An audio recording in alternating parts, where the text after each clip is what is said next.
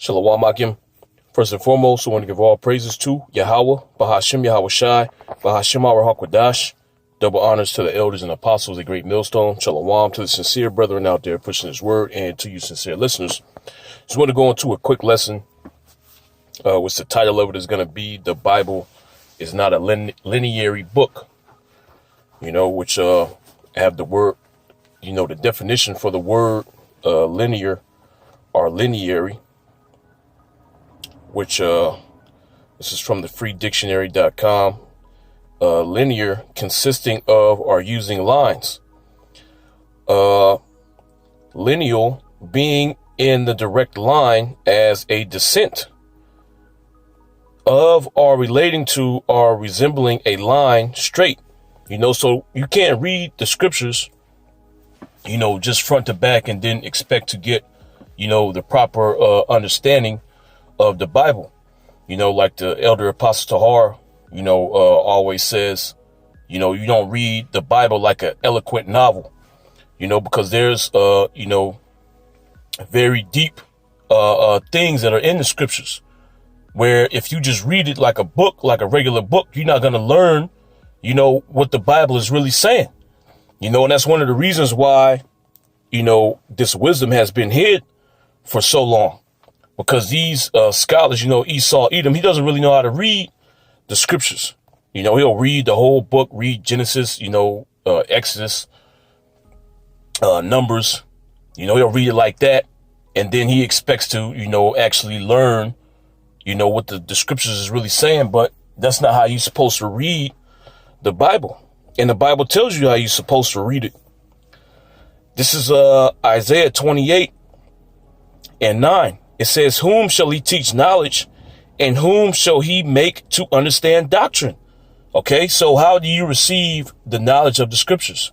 Okay, first and foremost, you have to be of the nation of Israel. All right. And secondly, the spirit of Yahweh Shem Yahweh Shai has to be dealing with you for you to, see these things. All right.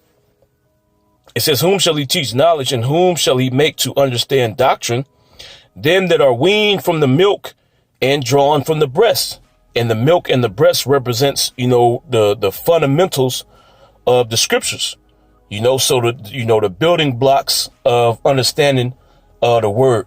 One of those building blocks is who Esau is, who you are in the scriptures, you being from the nation of Israel, what tribe you're from, that would be considered the milk. All right, because when a child is born, what's the first thing that the child has? The child has breast milk, and that breast milk, it builds up, different gut bacteria. So the baby, when it gets older, it'll be able to eat, the meats, the fruits, vegetables, to be able to break those foods down. It also builds up its immune system, so it can live down here in this environment. All right, but if it doesn't get that milk, okay, it's going to be messed up further down the line. So the same thing with the scriptures. You have to get the milk first, So there's certain topics that you have to, understand first before you move up to, the deeper things that are in the scriptures. It says, "Them that are weaned from the milk and drawn from the breast, for precept must be upon precept." Okay, so you have to match up the precepts with each other. If you just read this book in a straight line, you're not going to really understand what's going on, because multiple times the scriptures jump from subject to subject within the same chapter, and I'm going to show an example of that, but the scriptures jump around, especially when the prophecies come up. So the Most High, he could be talking about, a certain thing that's going on in that time period. And then the Most High will jump to prophecy, which really has nothing to do with what the Most High was speaking of earlier. The whole subject will change. Okay, which just proves the point. You can't read it like in a straight line, So if you're reading it like that, let's say the Most High be talking about something that's going on, during the Babylonian captivity, and then he'll jump to prophecy dealing with end times. You're reading it in that straight line. You'll think that it's talking about that ancient Babylon or that time period. You see these Christians do that a lot. Vocab, No Class Malone, he did this a lot. You know, when he was challenging us back in his heyday. he would go and look at the prophecies, and he'll try to see what's going on around it, you know, to try to get a context. But you can't do that with the scriptures. You know, certain prophecies you can do that, but a lot of prophecies you cannot. Okay, because it's talking about a completely different time period, something that hasn't even taken place yet. You know, it says for precept must be upon precept. So there's, you know, certain scriptures that you'll read and you link it up. The Bible is a huge puzzle book, you know, and you have to find and pick the pieces out and put a little bit of the puzzle together. Okay, there's multiple puzzles that are, you know, in the scriptures. You got to pick those pieces out and form the puzzle separately. All right. And that's why a lot of people can't understand the scriptures. You know, it says for precept must be upon precept, line upon line, line upon line, here a little and there a little. OK, so you go here, you know, you'll read this verse and then you'll jump to another verse to get the proper understanding of the scriptures, because when you link those two scriptures up, 2, 3, 4, 5 scriptures up, it's all dealing with the same subject. So you get a broader understanding of what the scriptures is really talking about. You know, it says for with stammering lips and another tongue will he speak to this people. So let's get, you know, just want to get a few examples of this. You know, this will be a real quick lesson. You know, don't want to make it too long. This is Isaiah 9, and I'll start at 1. It says, nevertheless, the dimness shall not be such as was in her vexation, when at first her lightly afflicted, when at first he lightly afflicted the land of Zebulun and the land of Naphtali, and afterward did more grievously afflict her by the way of the sea, beyond Jordan in Galilee of the nations. The people that walked in darkness have seen a great light. They that dwell in the land of the shadow of death, upon them hath the light shine. See, and this is not even dealing with back then during the time of Isaiah. The land of the shadow of death is talking about America. Okay. It says, thou hast multiplied the nation and not increased the joy. They joy before thee according to the joy in harvest, and as men rejoice when they divide the spoil. For thou hast broken the yoke of his burden and the staff of his shoulder, the rod of his oppressor, as in the day of Midian. Verse 5, it says, for every battle of the warrior is with confused noise and garments rolled in blood, but this shall be with burning and fuel of fire. Okay, which what is this going into? This is going into the end time prophecy, the destruction of Babylon the Great and, you know, other lands here on the earth today. This wasn't talking about back then, you know, but if you just read this through, okay, you'll think that during this time period when Isaiah's living, you can look up, you know, when he was alive, what kings were reigning during the time of Isaiah. And you could say, okay, just reading this book straight forward. Okay, well, something happened during that time when Isaiah was on the scene where, you know, there was a battle with fire. But it's not talking about that. Okay, this is talking about future prophecy. All right. And for you to understand this, you have to match up the scriptures that are dealing with this same subject to get the proper understanding.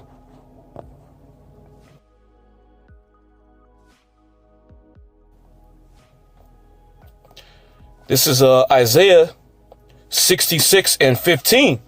It says, for behold, the Lord Yahweh Shem Shai will come with fire. Okay, proving that these two scriptures link up with each other.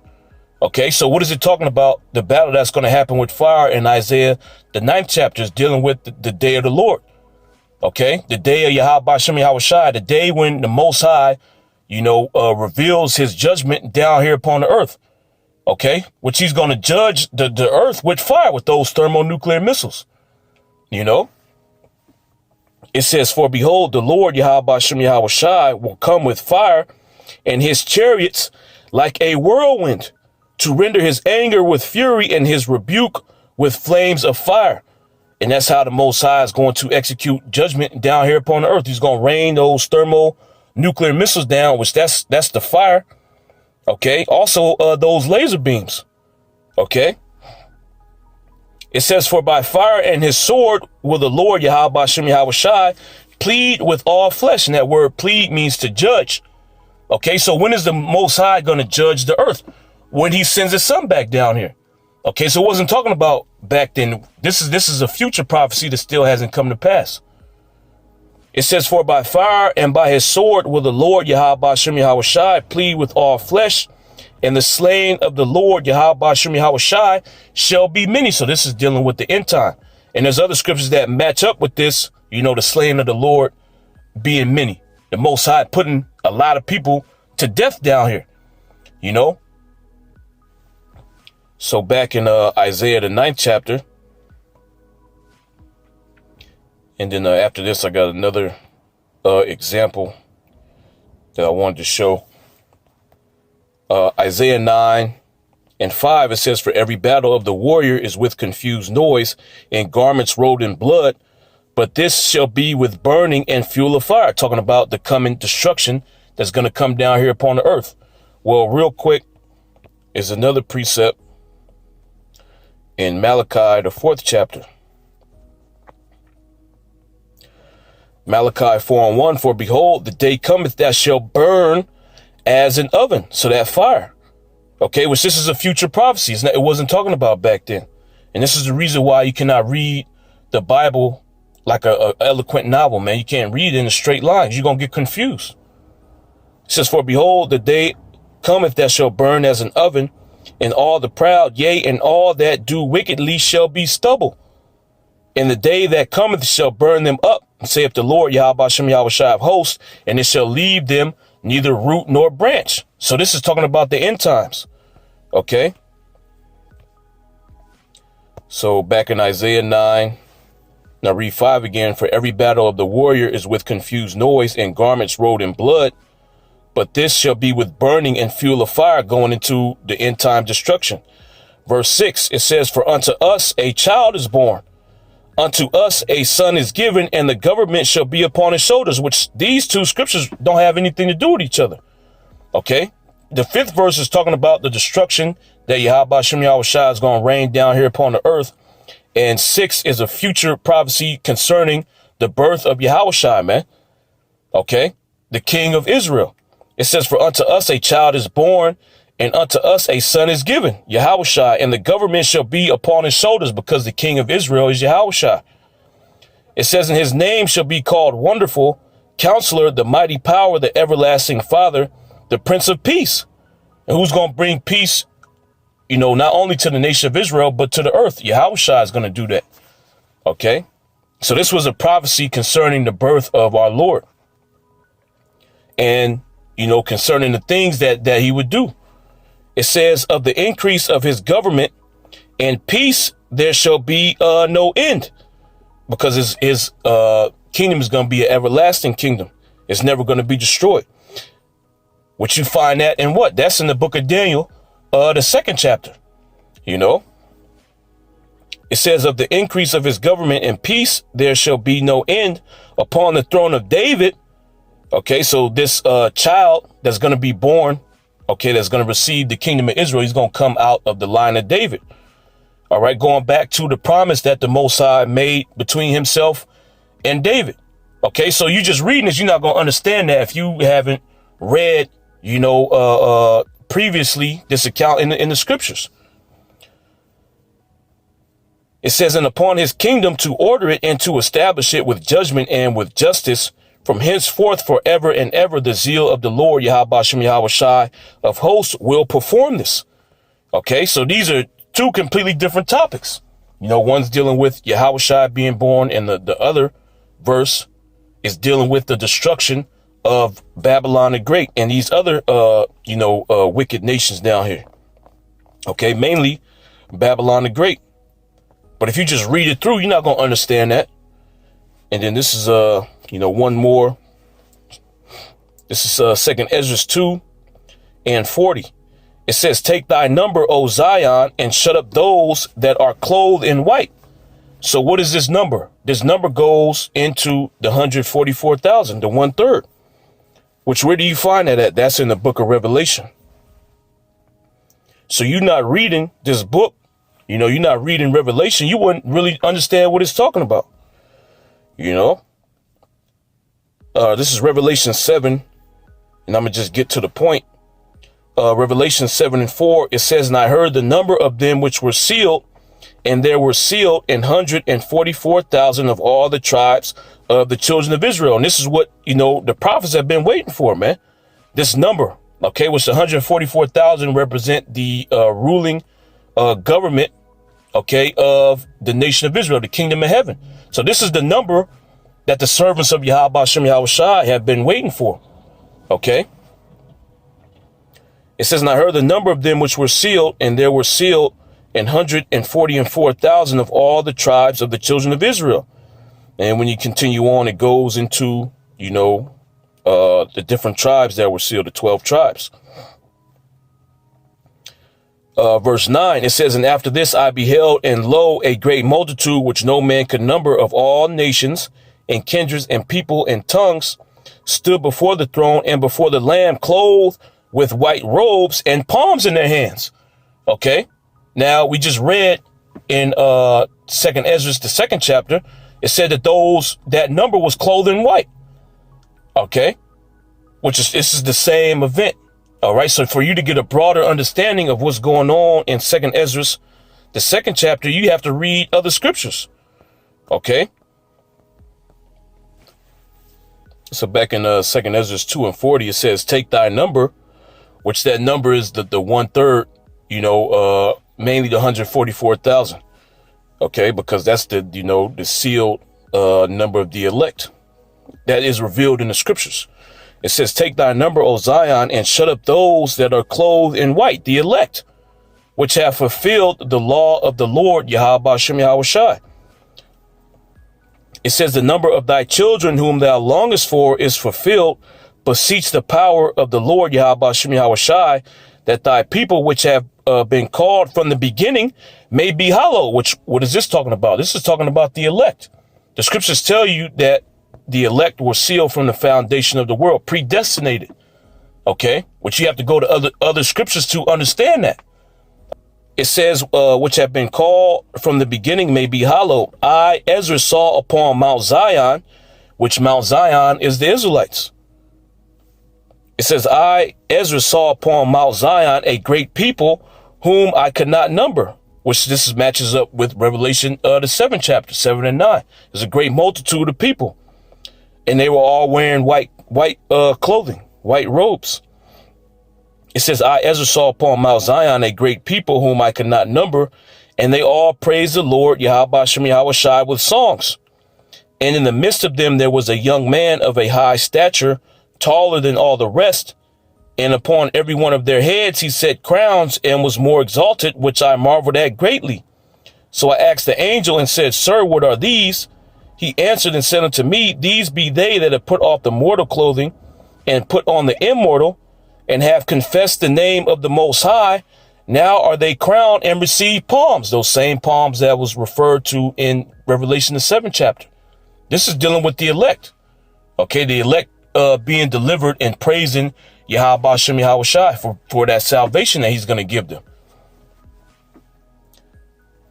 It says, so he answered and said unto me, it is the verse 46 is there. It says, then I said unto the angel, what young person is it that crowneth them and giveth them palms in their hands? So he answered and said unto me, it is the Son of the Most High, whom they have confessed in the world. Then began I greatly to commend them that stood so stiffly for the name of the Lord. So the prophets, all right, the servants of Yahweh Shem Yahweh Shai that endured unto the end. Okay. It says, then the angel said unto me, go thy way and tell my people what manner of things and how great wonders of the Lord, Yahweh Shem Yahweh Shai, thy power thou hast seen. All right. So I just wanted to go into that, real quick. It's just a few examples, of why you cannot read this like a book. Okay. The Bible is the most unique document down here upon the earth. You can't read it according to, the standard of the world. Okay, you have to read it according to the standard that Yahweh Shem Yahweh Shai established. All right. So with that, I'm going to give all praises to Yahweh, Bahashem Yahweh Shai, Bahashem Abraham Kwadash. Double honors to the elders and apostles at Great Millstone. Shalom.